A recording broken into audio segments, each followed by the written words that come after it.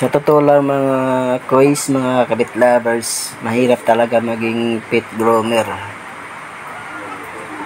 Kasi yung ibang aso malikot, yung iba nangangagat. Kaya napakahirap ang trabaho namin bilang isang pet groomer. Kaya pasensya ang dala namin.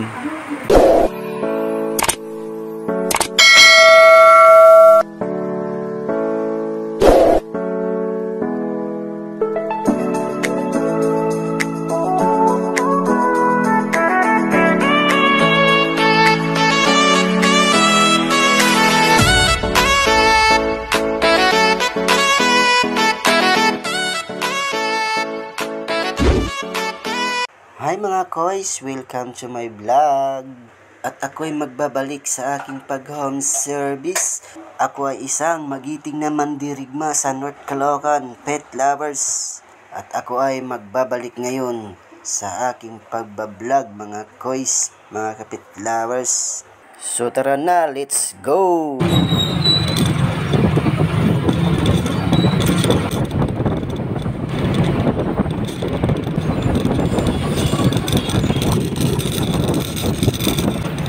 Grabing traffic dito papuntang Malaria mga kois. So wala tayong ibang paraan kundi sumingit para hindi tayo abutan ng dilim. Kasi marami pa tayong gugupitan ngayon. Yung ibang motorista kung masyadong traffic papunta sa Malaria, dito sila nag-shortcut. Kasi kakunti lang talaga ang dumadaan dito. At para mapabilis ang takbo nila papunta sa kanilang paruroonan.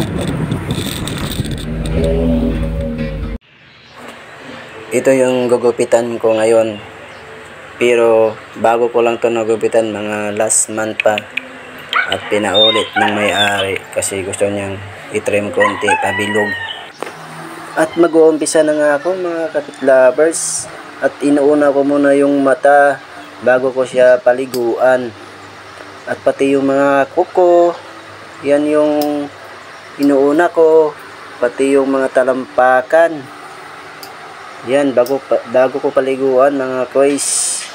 Paki-support po ang aking YouTube channel saka FB page, Jorix TV mga kois, mga pet lovers. Paki-supportahan niyo po ang aking channel. At tapusin niyo naman tong aking video hanggang dulo. At para naman sa mga gustong matuto, manood kayo sa aking vlog.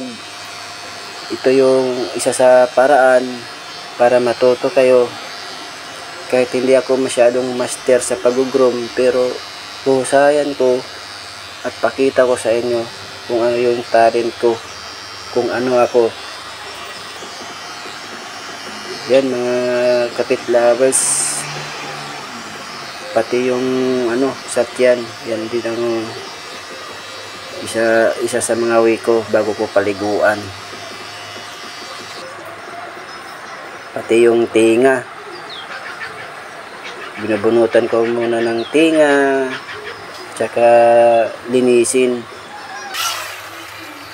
At ayan na nga mga kois, nagpapaligo na ako. Yan, at sinabunan ko na.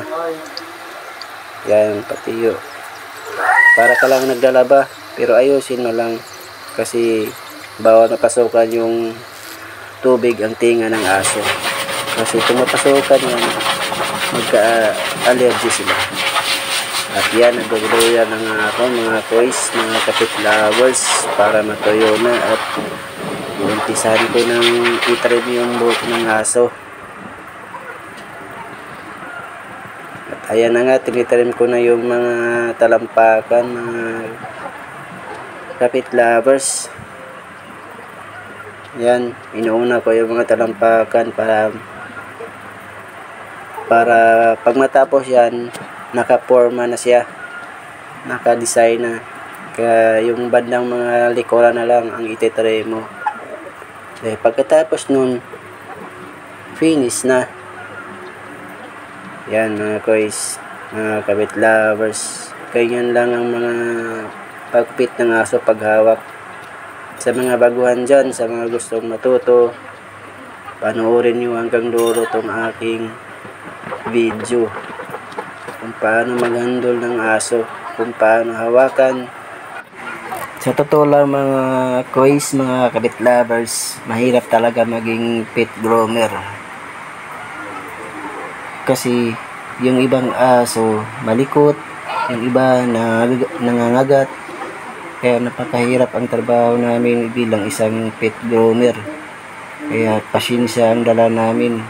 Dala-dala talaga namin yung pasensya namin. Kasi kung wala kang pasensya, mahirap na.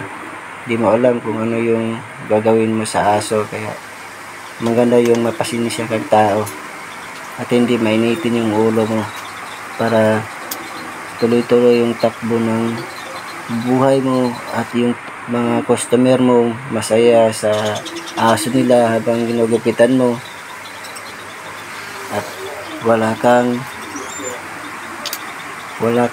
hindi ka maibas sa iyong trabaho kasi